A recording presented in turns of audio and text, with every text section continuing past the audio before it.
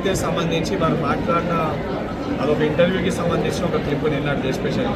అందులో వారు చాలా స్పష్టంగా మొదట కేసీఆర్ గారు వారి కుటుంబం అనే పేరు కూడా మెన్షన్ చేశారు.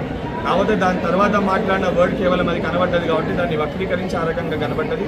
సరే 100% ఎక్కడైతే పార్టీకి సంబంధించి ఎవరన్నా క్రమశిక్షణ తప్పినా, ఇప్పుడు పార్టీలో ఉన్న వ్యక్తులుగా ఒక వ్యక్తి తప్పు మాట్లాడినప్పుడు పార్టీలో ఉన్న శాసనసభ్యులు ఇమీడియట్గా పీసీసీ అధ్యక్షుల దృష్టికి తీసుకొని వెళ్ళారు.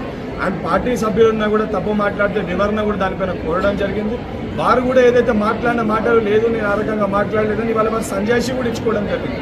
తప్పు చేయడం సరే, తప్పు చేసినప్పుడు ఆ తప్పుని సరిదిద్దుకోకపోతే 100% అది ఒక అహంకారపూరిత వ్యాఖ్యలు లేక మనం పరిగణలోకి తీసుకోవచ్చు. కానీ వారైతే చేసిన వ్యాఖ్యల్ని వారు తప్పు తీసుకొని గతంలో కూడా ఏదైతే 1-2 సందర్భాల్లో ఎవరైనా నోరు జారినా ఆ మాటల్ని వారు వెంటనే తీసుకొని బహిరంగ క్షమాపణ కూడా చెప్పడం జరిగింది.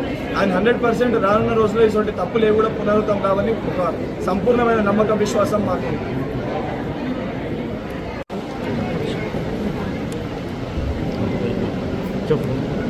ముందుగా ఏదైతే రాహుల్ గాంధీ గారి విధానం కానీ, కాంగ్రెస్ పార్టీ విధానం కానీ, కాంగ్రెస్ పార్టీ యొక్క సెక్యులర్ భావజాలాలు ఏదైతే సంబంధించి అన్ని కులాలని, అన్ని మతాలని కలిసికట్టుగా తీసుకొని ముందుకెళ్ళాలి అని ఉండే ఒక ఐడియాలజికల్ పార్టీ కాంగ్రెస్ పార్టీ.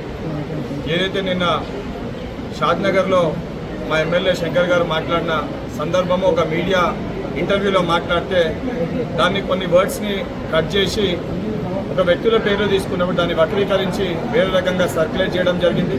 దానికి సంబంధించి ఏదైతే కాంగ్రెస్ పార్టీలో ఉన్న శాసనసభ్యులు ఏదైతే సంబంధించి సంజయ్ గారు కానివ్వండి, దానితో పాటు ప్రేమ్సాగర్ రావు గారు, మదన్ మోహన్ రావు గారు, మైనంపల్లి రోహిత్ గారు, విజయరమణారావు గారు, గండ్ర సత్యనారాయణరావు గారు, శాసన మండలి సభ్యులుగా ఉన్న వల్మూరి వెంకట్, అదేవిధంగా నేను, అదేవిధంగా భానుప్రసాద్ రావు గారు, దానితో పాటు మంత్రిగా పనిచేస్తున్న జూపల్లి కృష్ణారావు గారు అందరూ కూడా ఈ యొక్క విషయాన్ని సంబంధించి గౌరవ పీసీసీ అధ్యక్షుల దృష్టికి తీసుకొని వెళ్ళడం జరిగింది.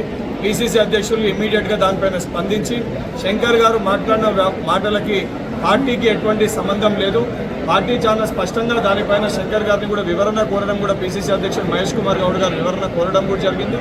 దాని తర్వాత ఈరోజు వీరపల్లి శంకర్ గారు ప్రెస్ మీట్ పెట్టి కూడా చాలా స్పష్టంగా ఏదైతే గత 10 ఏళ్లుగా ఏదైతే కల్వకుంట్ల కుటుంబం ఏ రకంగా అయితే తెలంగాణలో ప్రజలను ఇబ్బంది పెట్టింది, తెలంగాణ పరిపాలన ఏ విధంగా సరిగా పరిపాలించలేదు, వాళ్ళను ఉద్దేశించి మాట్లాడిన తప్ప యావత్ తెలంగాణ వెల్మ సామాజిక వర్గాన్ని ఉద్దేశించి నేను మాట్లాడలేదు.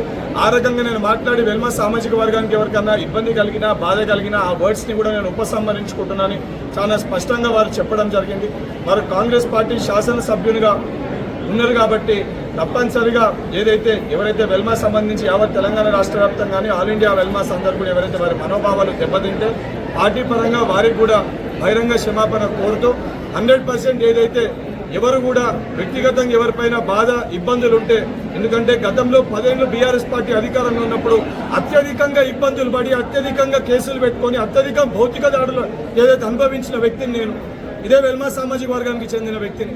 ఆ రోజు ఎన్ని ఇబ్బందులు పడ్డా కూడా పార్టీకి విధేయుడుగా, పార్టీకి సిస్టమ్కి విధేయతతోటి, ఒక సెక్యులర్ భావజాలాలతోటి పార్టీ ఐడియాలజీని నమ్ముకొని పార్టీ కోసం కష్టపడితే ఇదే వెల్మా సామాజిక వర్గానికి సంబంధించిన ఒక వ్యక్తికి ముఖ్యమంత్రి రేవంత్ రెడ్డి గారు పార్టీ అధిష్టానము శాసన మండలి సభ్యునిగా ఈరోజు అతి చిన్న వయసులో నాకు అవకాశం కల్పించింది. కానీ ఈ రకంగా వ్యక్తుల భావాలు దెబ్బతినే విధంగా ఏదైతే రాష్ట్ర వ్యాప్తంగా ఉన్న ప్రజాప్రతినిధులు కానీ వ్యక్తులందరూ కూడా వ్యక్తిగతంగా ఎవరిపైన కోపం ఉంటే వ్యక్తిగతంగా వారి పేరుతోటి వారిని దూషించాలి తప్ప ఇలా కులం పేరుతోటి ద్వేషించి ఏదైతే వాళ్ళని తిట్టి దూషించి వాళ్ళ మనోభావాలు దెబ్బతీసే విధంగా ఎవరు కూడా